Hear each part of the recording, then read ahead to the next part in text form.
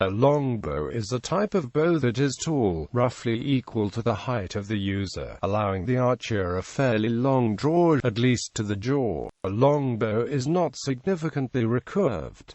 Its limbs are relatively narrow so that they are circular or D-shaped in cross-section. Flatbows can be just as long. The difference is that, in cross-section, a flatbow has limbs that are approximately rectangular. Longbows have been made from many different woods by many cultures. In Europe, they date from the Paleolithic, and since the Bronze Age were made mainly from yew, or from which elm if yew was unavailable. The historical longbow was a self-bow made of wood, but modern longbows may also be made from modern materials or by gluing different timbers together. Organizations which run archery competitions have set out formal definitions for the various classes. Many definitions of the longbow would exclude some medieval examples, materials, and techniques of use. According to the British Longbow Society, the English longbow is made so that its thickness is at least 5/8 of its width, as in Victorian longbows, and is widest at the handle.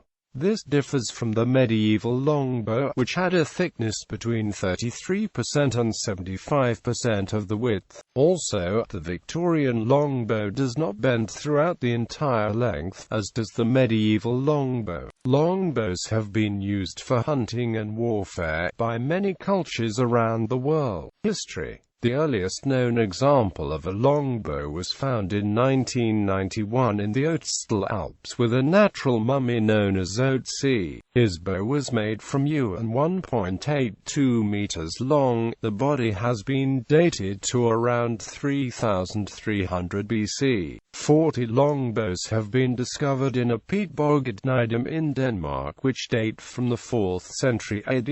In the Middle Ages, the Welsh and English were famous for the very powerful longbows, used en masse to great effect against the French in the 100 Years' War, with notable success at the battles of Crécy, Poitiers, and Agincourt. During the reign of Edward III of England, laws were passed allowing fletchers and bow makers to be impressed into the army, also forbidding men and boys to play football or golf and enjoining them to practice archery instead. The dominance of the longbow on the battlefield continued until the French began to use cannon to break the formations of English archers at the Battle of Formigny and the Battle of Castrillon. The use continued in the Wars of the Roses, however, and survived as a weapon of war in England well beyond the introduction of effective firearms. The average length of arrow shafts recovered from the 1545 sinking of the Mary Rose is 75 centimeters, 30 in. In 1588, the militia was called out in anticipation of an invasion by the Spanish Armada, and it included many archers in its ranks. The Kent militia, for instance, had 1,662 archers out of 12,654 men mustered. The first book in English about longbow archery was Toxophilus by Roger Ascham, first published in London in 1545 and dedicated to King Henry VIII. Although firearms supplanted bows in warfare, wooden or fiberglass laminated longbows continue to be used by traditional archers and some tribal societies for recreation and hunting. A longbow has practical advantages compared to a modern recurved compound bow. It is usually lighter, quicker to prepare for shooting, and shoots more quietly.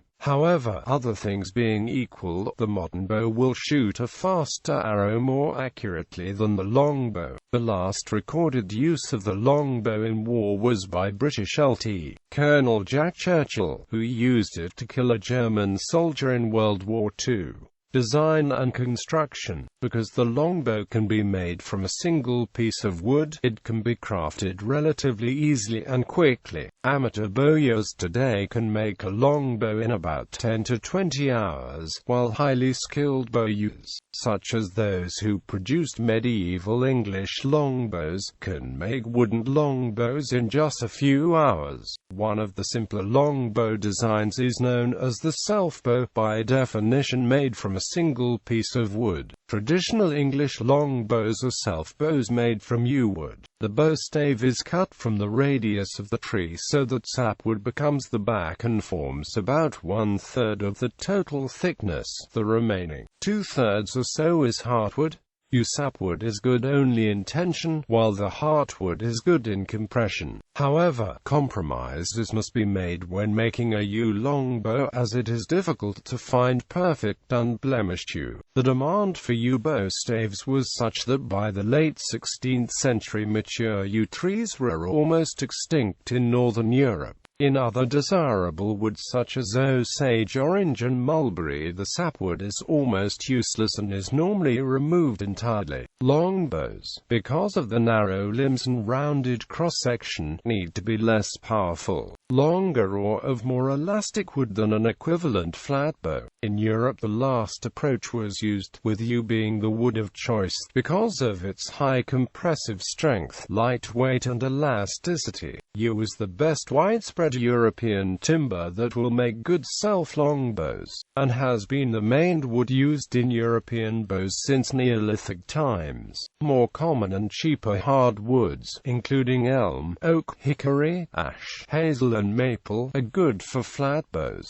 A narrow longbow with high draw weight can be made from these woods, but it is likely to take a permanent bend and would probably be outshot by an equivalent made of yew. Wooden laminated longbows can be made by gluing together two or more different pieces of wood. Usually this is done to take advantage of the inherent properties of different woods. Some woods can better withstand compression, while others are better at withstanding tension. Examples include hickory and lemonwood, or bamboo and yew longbows. Hickory or bamboo is used on the back of the bow and so is in tension, while the belly is made of lemonwood or yew and undergoes compression. Traditionally made Japanese yumi are also laminated longbows made from strips of wood. The core of the bow is bamboo. The back and belly are bamboo or hardwood, and hardwood strips are laminated to the bow's sides to prevent twisting. Ready-made laminated longbows are available for purchase. Any wooden bow must have gentle treatment and be protected from excessive damp or dryness. Wooden bows may shoot as well as fiberglass, but they are more easily dented or broken by abuse.